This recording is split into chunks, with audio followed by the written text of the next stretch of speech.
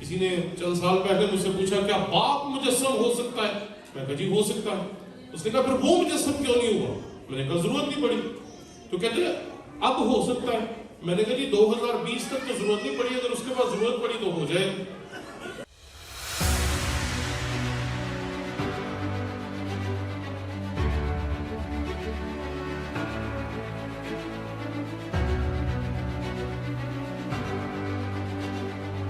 ہم نے آپ کے شوق کی قدر کرتے ہوئے ایک نیا یوٹیوب چینل شروع کیا جس کا نام ہے ٹونی ولیم آفیشل۔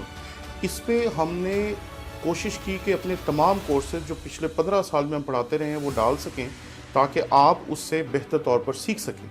اس لیے آپ جلدی سے جلدی اس چینل کو جا کر سبسکرائب کریں۔ جب اس کے 1000 سبسکرائبرز پورے ہو جائیں گے ہم اسی دن سے اس پہ اپنے کورسز ڈالنا شروع کر دیں گے، اس لیے جلدی کریں تاکہ ہمارا ٹارگٹ اچیو ہو اور ہم اس پہ اپنے مٹیریل کو ڈالنا شروع کر سکیں۔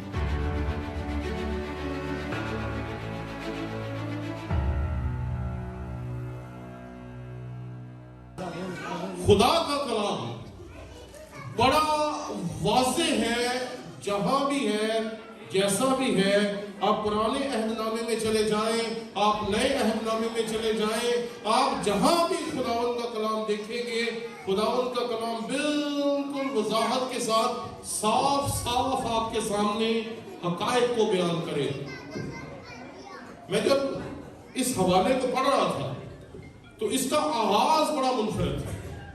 اس کے آغاز میں ہی بالکل واضح طور پر کہا جاتا ہے کلام مجسم ہو۔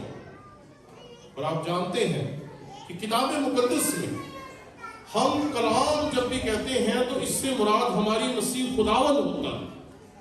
آج ہم جس دور میں رہ رہے ہیں اس دور میں بے شمار لوگ ہیں جو کتاب مقدس کے نظریات کو غلط کہتے ہیں، ہمارے مسیحی ایمان کو غلط کہتے ہیں، ہمارے مسیحی ایمان کو غلط ثابت کرنا چاہتے ہیں، اور وہ چاہتے ہیں کہ کسی طریقے سے ہمارے مسیحی ایمان کو بگاڑ دیا جائے۔ وہ آپ سے پوچھیں گے کہ باپ مجسم کیوں نہیں ہوا؟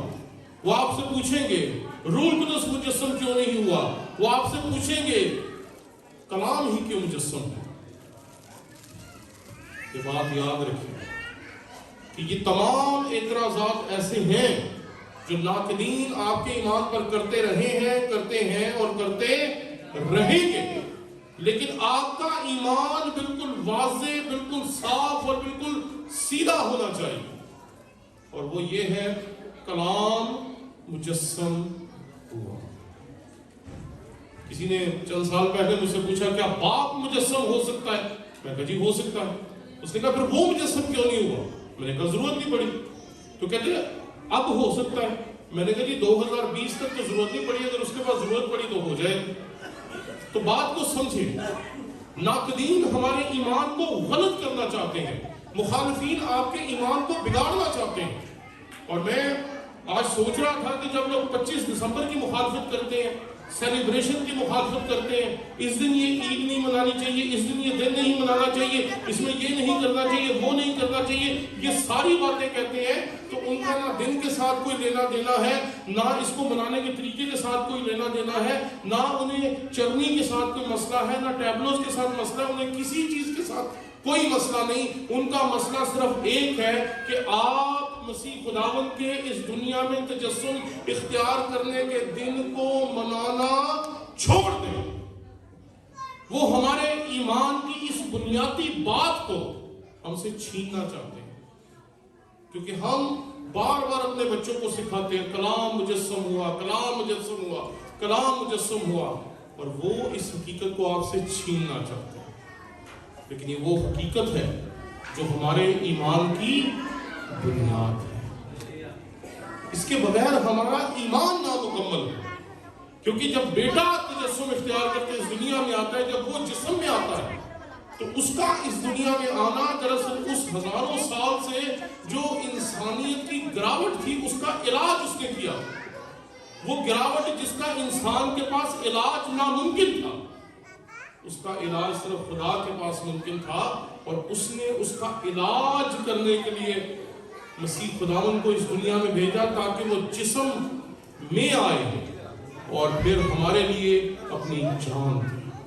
اس لیے اس بات کو یاد رکھیں کہ کلام مجسم ہوا ہمارے ایمان کی ایک ایسی بنیاد ہے جسے کبھی بھی ہم چھوڑ نہیں سکتے۔ اور یہاں لکھا ہے کلام مجسم ہوا اور فضل اور سچائی سے معمور ہو کر ہمارے درمیان رہا۔ یہ بات یاد رکھیں، ہماری چھوٹی سی زندگی ہے، 30 35 50 60 100 سال کی زندگی خدا کے سامنے بہت مختصر سی زندگی ہے۔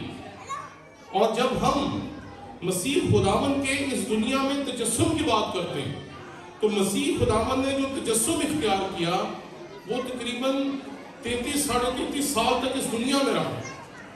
اور جب آپ خدا کے سامنے اس وقت کو دیکھتے ہیں تو یہ محض خیمہ لگا کے کچھ دن رہنے کے مترادف ہے۔ جب آپ یونانی میں اس لفظ کو دیکھتے ہیں تو آپ کو پتہ چلتا ہے کہ یہاں جو ہے ہمارے درمیان رہا کے لیے جو لفظ ہے یہ دراصل خیمہ لگا کے رہنا ہے۔ جیسے آپ کسی دوسری جگہ پہ جاتے ہیں پہاڑی علاقے میں تو وہاں خیمہ لگا دیتے ہیں تاکہ تھوڑی دیر کے لیے رہ سکیں۔ تو مسیح خداوند جب اس دنیا میں آیا اس نے تجسم لیا، اس نے جسم لیا، جب وہ جسم میں ظاہر ہوا کنواری مریم سے پیدا ہوا تو وہ بہت مختصر وقت کے لیے آیا۔ اور اسی مختصر وقت میں اس نے ہمیں کیا کیا دیا، یہ سوچنا، یہ دیکھنا، یہ جاننا بہت ضروری ہے۔ میں جب یہاں دیکھ رہا تھا تو یہاں لکھا ہے فضل اور سچائی سے معمور ہو کر ہمارے درمیان رہا۔ اس نے ہم پہ فضل کر دیا، اس نے ہم پہ فضل کر دیا۔ آج جب میں بچوں کو گاتے ہوئے بجاتے ہوئے آپ کے بچوں کو ٹیبلوس کرتے ہوئے اس بلڈنگ کو دیکھ رہا تھا، آپ لوگوں کے اپنے لباس کو دیکھ رہا تھا، اپنے حالات کو دیکھ رہا تھا، آپ کے حالات کو دیکھ رہا تھا، تو آپ اندازہ نہیں لگا سکتے کہ ہماری نسلوں پہ خدا کا کتنا بڑا فضل ہے جو آج یہ ہے۔ ارے مسیحیوں کو تو گھر بنانے کے لیے جگہ نہیں دی جاتی تھی، مسیحیوں کو اگر جگہ دی جاتی تھی تو شہر سے یا گاؤں سے باہر دی جاتی تھی کہ وہاں جا کے رہو، ہمارے قریب نہ رہو۔ اور آج خدا نے ہم پہ کیا فضل کیا ہے، خدا نے ہمیں کیا برکتیں دی ہیں، خدا نے ہمیں کیا عظمتیں دی ہیں، خدا نے ہمیں کیا ہے جو نہیں دیا، یہ ہے اس کا فضل۔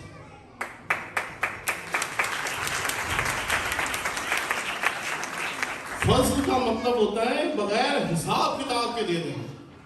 وہ یہ نہیں دیکھتے کہ اس کو کتنا دینا چاہیے، کب دینا چاہیے اور کیوں دینا چاہیے۔ فضل کا مطلب ہوتا ہے کہ کسی نے مانگا اور آپ نے کہا چلو یار کوئی بات نہیں، کسی نے کہا دے دو اور آپ نے کہا دے دو، کسی نے مانگا مجھے بخش دو، آپ نے کہا بخش دو، کسی نے کہا مجھے چاہیے، آپ نے کہا دے دو۔ میں جب اپنے آپ پہ نظر کرتا ہوں تو خداوند کا بڑا فضل ہے میری زندگی پر کہ ہم نے اپنی جب زندگی میں آنکھ کھولی تو خدا نے یہ تمام برکتیں ہمیں اس کے بعد بخشی۔ یہ برکتیں ہمارے پاس تھیں نہیں، ہم نے خداوند سے نام مانگا، اس نے نام دیا، ہم نے اس سے کلام مانگا، اس نے کلام دیا، ہم نے اس سے اولاد مانگی، اس نے اولاد دی، ہم نے اس سے برکتیں مانگی، اس نے برکتیں دی، ہم نے اس سے خدمتیں مانگی، اس نے ہمیں خدمتیں دی۔ یہ ہے خدا کا فضل جو آج ہماری نسلوں پہ ہوا، آپ کے گھرانے پہ، آپ کی نسلوں پہ ہے۔ یہ اس کا فضل ہے جو لے کر وہ اس دنیا میں آیا تھا۔ جب وہ اس دنیا میں تھا تو اس نے ان کے لیے تو وہ کیا جن کے لیے اس نے کچھ کہا تھا، لیکن اس نے ان کے لیے بھی کمال کیا جس سے اس نے کوئی وعدہ نہیں کیا تھا۔ وہ اپنے لوگوں کے لیے آیا اور اپنے لوگوں کے لیے باعث برکت تھا، لیکن وہ عورت جو مسیح خداوند کو اپنی بیماری میں چھوتی اور چلی جاتی ہے، وہ بغیر وعدے کے ہی خدا سے ساری برکتیں لے کر چلی جاتی ہے۔ مسیح خداوند نے اسے ایسا نہیں کہا، لیکن اس نے پھر بھی خداوند کا فضل حاصل کیا۔ یہ فضل ہے جو مسیح خداوند کے اس دنیا میں ظاہر ہونے کے بعد میرے گھرانے پہ، آپ کے گھرانوں پہ، آپ کے خاندانوں پر، پاکستانی مسیحیت پر خداوند یسوع مسیح کے وسیلے سے ہوا ہے۔ ہم نے اس کا فضل دیکھا، اس کی برکتیں دیکھی ہیں، اس کی عظمتیں دیکھی ہیں کہ اس نے کتنا ہمیں بلندی بخشی۔ اور دوسری بات جو بڑی خوبصورت یہاں پر ہے، فضل اور سچائی سے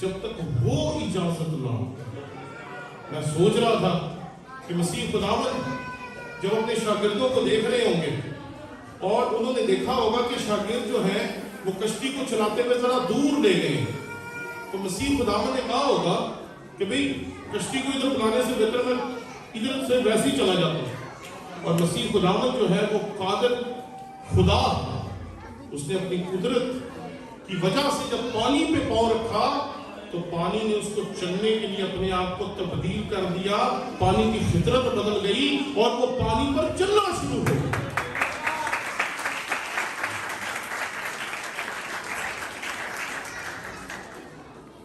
پانی پہ چل رہا ہے. ہم تو کانہ گلیل میں فطرت کو بدلتے ہوئے دیکھتے ہیں، اس نے پتہ نہیں کتنی دفعہ چیزوں کی فطرت کو بدلا. وہ کشتی میں ہے، سویا ہوا ہے، اور بہت سارے لوگ آپ کو کہیں گے آپ کا خدا تھک جاتا ہے. بھئی ہمارا خدا انسان بنا ہے اور انسان تھکتے ہیں، انسان کو بھوک بھی لگتی ہے، انسانوں کو سب کچھ ہوتا ہے. وہ سب کچھ ہمارے مسیح خداوند کو ہوتا تھا. اگر وہ ہماری طرح انسان نہ بنتا تو کبھی بھی ہمارا کفارہ دینے کے لائق نہ ہوتا. مسیح خداوند نے جب کشتی میں سوئے گئے تو طوفان آ گیا اور شاگرد اٹھاتے ہیں، اور مسیح خداوند جب طوفان کو دیکھتے ہیں تو میں سوچ رہا تھا کہ منظر کیا ہوگا کہ طوفان اپنی طاقت کے ساتھ مسیح خداوند کے سامنے کھڑا ہے، اور مسیح خداوند نے جب اسے دیکھا ہوگا تو مسیح خداوند کہتا ہوگا اس کی اوقات کیا ہے. اور مسیح خداوند نے اپنے شاگردوں سے کہا تمہارا ایمان اتنا کم ہے، تم نے ایمان ہی نہیں رکھا کہ میں یہاں پر ہوں جس نے پانی کو بنایا، زمین کو بنایا، آسمان کو بنایا، پوری کائنات کو بنایا. وہ خود ان کے پاس ہے لیکن پھر بھی ان کا ایمان جو ہے وہ اس پر قائم نہیں. وہ ڈر رہے ہیں اور مسیح خداوند اپنا جلال ظاہر کرتا ہے اور طوفان کو تھما دیتا ہے. ہم نے اس کا ایسا جلال دیکھا جیسا باپ کے اکلوتے کا جلال. اس نے اپنی قدرت کو ظاہر کیا، اپنے جلال کو ظاہر کیا، اپنی عظمت کو ظاہر کیا، لیکن اس کا نقطہ عروج یہ نہیں. اس کا نقطہ عروج یہ ہے کہ وہ تمام قدرت، تمام عظمت، تمام جلال، تمام چیزوں کے رکھنے کے باوجود انسان بن گیا، خادم کی صورت اختیار کی. ان تمام چیزوں کو جو اس کی ذات کا حصہ ہے، اس نے تمام چیزوں کو قبضے میں رکھنے کی چیز نہ سمجھا.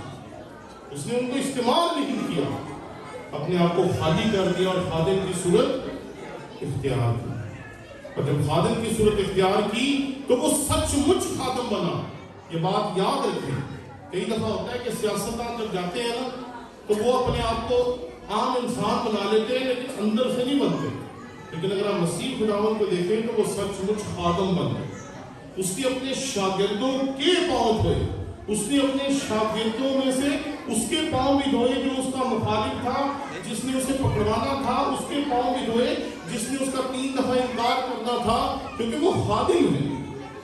خادم سوال نہیں پوچھتے، خادم اعتراض نہیں کرتے، خادموں کو جو کام کہا جاتا ہے بس وہ کام کرتے ہیں.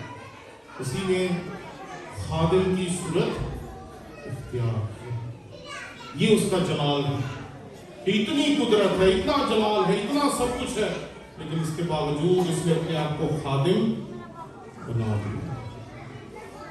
کرسمس کے موقع پہ اس بات کو یاد رکھیں کہ ہماری زندگی میں جب چیزیں آنا شروع ہوتی ہیں، جب نام آتا ہے، جب عزت آتی ہے، جب دولت آتی ہے، جب شہرت آتی ہے، جب آپ ترقی کرنا شروع کرتے ہیں تو آہستہ آہستہ آہستہ آہستہ آہستہ آہستہ یہ چیزیں ہمارا دماغ خراب کرنا شروع کر دیتی ہیں. اور ہم یہ سمجھتے ہیں ہمارے جیسا اس دنیا میں ہے ہی کوئی. ہم یہ سمجھتے ہیں ہمارے برابر کوئی ہے ہی نہیں. ہم جیسا اس دنیا میں کوئی ہے ہی نہیں. اور ہم دوسرے لوگوں کو اپنے سے کم تر سمجھنا شروع کرتے ہیں. آج اس حقیقت کو یاد رکھیں کہ اپنی ذات میں ہم کچھ بھی نہیں ہیں. اگر آپ کے خاندانوں پہ، گھرانوں پہ خداوند کا فضل نہ ہوتا، اگر آپ کے گھرانوں پہ، خاندانوں پہ، میرے گھرانے پر خداوند کا فضل ظاہر نہ ہوتا تو آج کبھی بھی آپ اور میں یہاں پر موجود نہ. یہ اس کا فضل ہے کہ آج ہم یہاں پر موجود ہیں. یہ اس کا